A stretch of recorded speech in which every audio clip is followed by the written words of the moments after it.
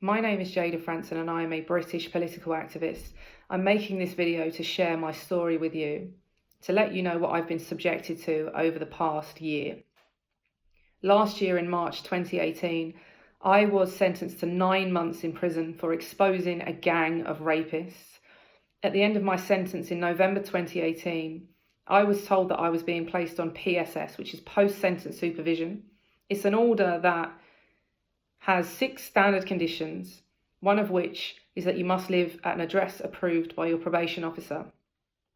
I told my probation officer before my sentence finished that I was going home to my house in Northern Ireland, and she said that I wasn't allowed to.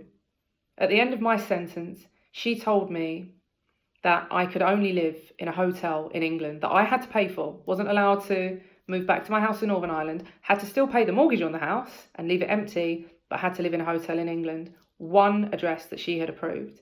Of course, who can afford to do that? Who can afford to shut their front door and say, I'm going to pay the mortgage for the next 8 months, but I'm also going to book myself into a hotel for 8 months every day?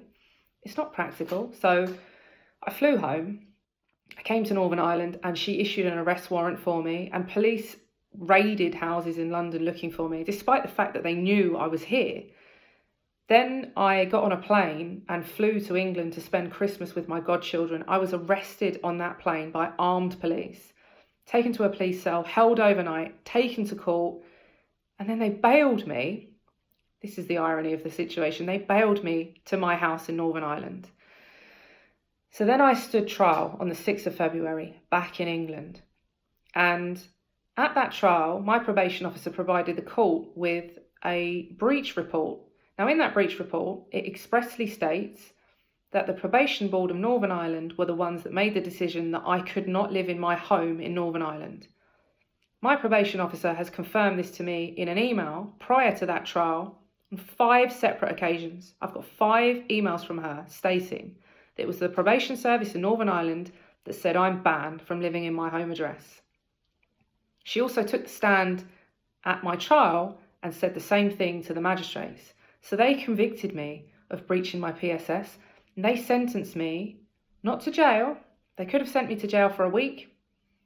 They could have given me a fine. They sentenced me to community service because she suggested that I get community service. And you know why? Because it has to be served in England. I stood in the dock and I said, I cannot serve community service in England. I am homeless if you keep me in England. My home is in Northern Ireland. I've got nowhere to live in England. They simply said she has to find somewhere immediately. She has to live in England and can't leave. Imagine that. Imagine if you live in England and you came to Northern Ireland for a weekend, got in trouble, got arrested, and then the court in Northern Ireland said, that's it, you can't go back to England. You have to find somewhere to live here now. Who can do that? It's not realistic. So after this passed, something really interesting happened. My probation officer's line manager sent my solicitor an email, and in that email she stated that it wasn't the probation service in Northern Ireland that made that decision that I couldn't come home. It was them. It was my probation officer. She made the decision. So she lied. She lied in those 5 emails. She lied in that breach report, and she lied under oath on the stand at my trial, and she did so to get me convicted, and it worked. That's perjury. That's a criminal offence. If you or I took the stand and lied and got someone wrongfully convicted, we would be in jail as either perjury, contempt of court, or perverting the course of justice, all of which carry really hefty prison sentences. And I can assure you, if I did that to someone, I'd be in jail. These people think they're above the law. So I've had to report this to the Northern Ireland Human Rights Commission to ask them to help me with my human rights to a private life, to stay in my home. I've even contacted my local MP, who's Lady Sylvia Herman. This is a very respected politician, a very respected member of Parliament, and I am one of her constituents. So she put my case forward to the Ministry of Justice. Do you know what they did? They ignored her. Just like I am being ignored. I've been ignored by my probation officer for weeks and weeks and weeks on end. But they're actually ignoring a democratically elected member of Parliament, a respected politician. That's a step too far, surely. I've even had to report my probation officer to the police because it's a crime. And so I've appealed this decision. My appeal is being heard at Croydon Crown Court on the 17th of April. At that stage, I'm going to have to stand up in court and say, my probation officer lied to you last time. That's a criminal offence. But see how sneaky the probation service are in England. Knowing that my appeal is on the 17th of April, they've summoned me back to court on the 1st of April for 6 further charges of breach. Now, each of those charges now carry 2 weeks in jail. So you see how they're really racking up jail time against me. This is all deliberate. And this is all going on at a time when, as if this isn't bad enough, I'm also being sued for £500,000 by the Halal Food Authority. I have had my passport confiscated by SO15 counter-terror police and told that I'm banned from leaving the country. I can't leave the UK. I can't go to England to visit my friends and family because there are warrants out for my arrest. And I've just stood 2 trials in Northern Ireland. I have to go back to court on Friday the 29th of March for judgment, and I could be going back to jail for a year for hate speech. Now, this hate speech is because I gave a speech at an anti-terror rally against terrorism, but I could go back to jail for a year. There are distress warrants out for me in England claiming that my assets are going to be seized because when I got out of jail last year, I left with a colossal amount of debt because I hadn't been paid and I had huge debts weighing down on me. And just to top it all off, I've started a new venture of my own, Jayda Fransen online. My payment system lasted less than 24 hours and was pulled down. So things are pretty doom and gloom at the moment, aren't they? But here's the good news.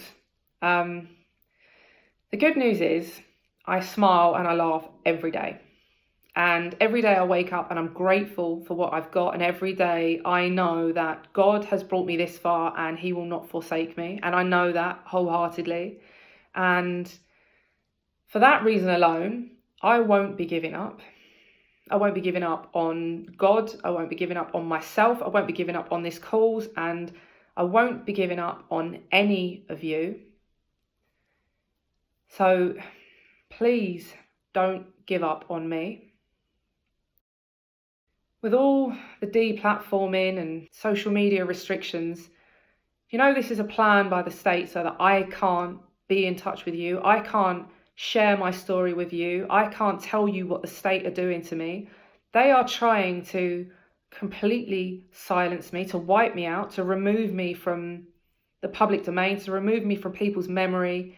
And, you know, if it weren't for the likes of you and your continued support, they'd win. But here's what I'm asking of you. Please share this video, share my story. Let people know what the British establishment are doing to me. It's corrupt and it's wrong. It's evil on every level.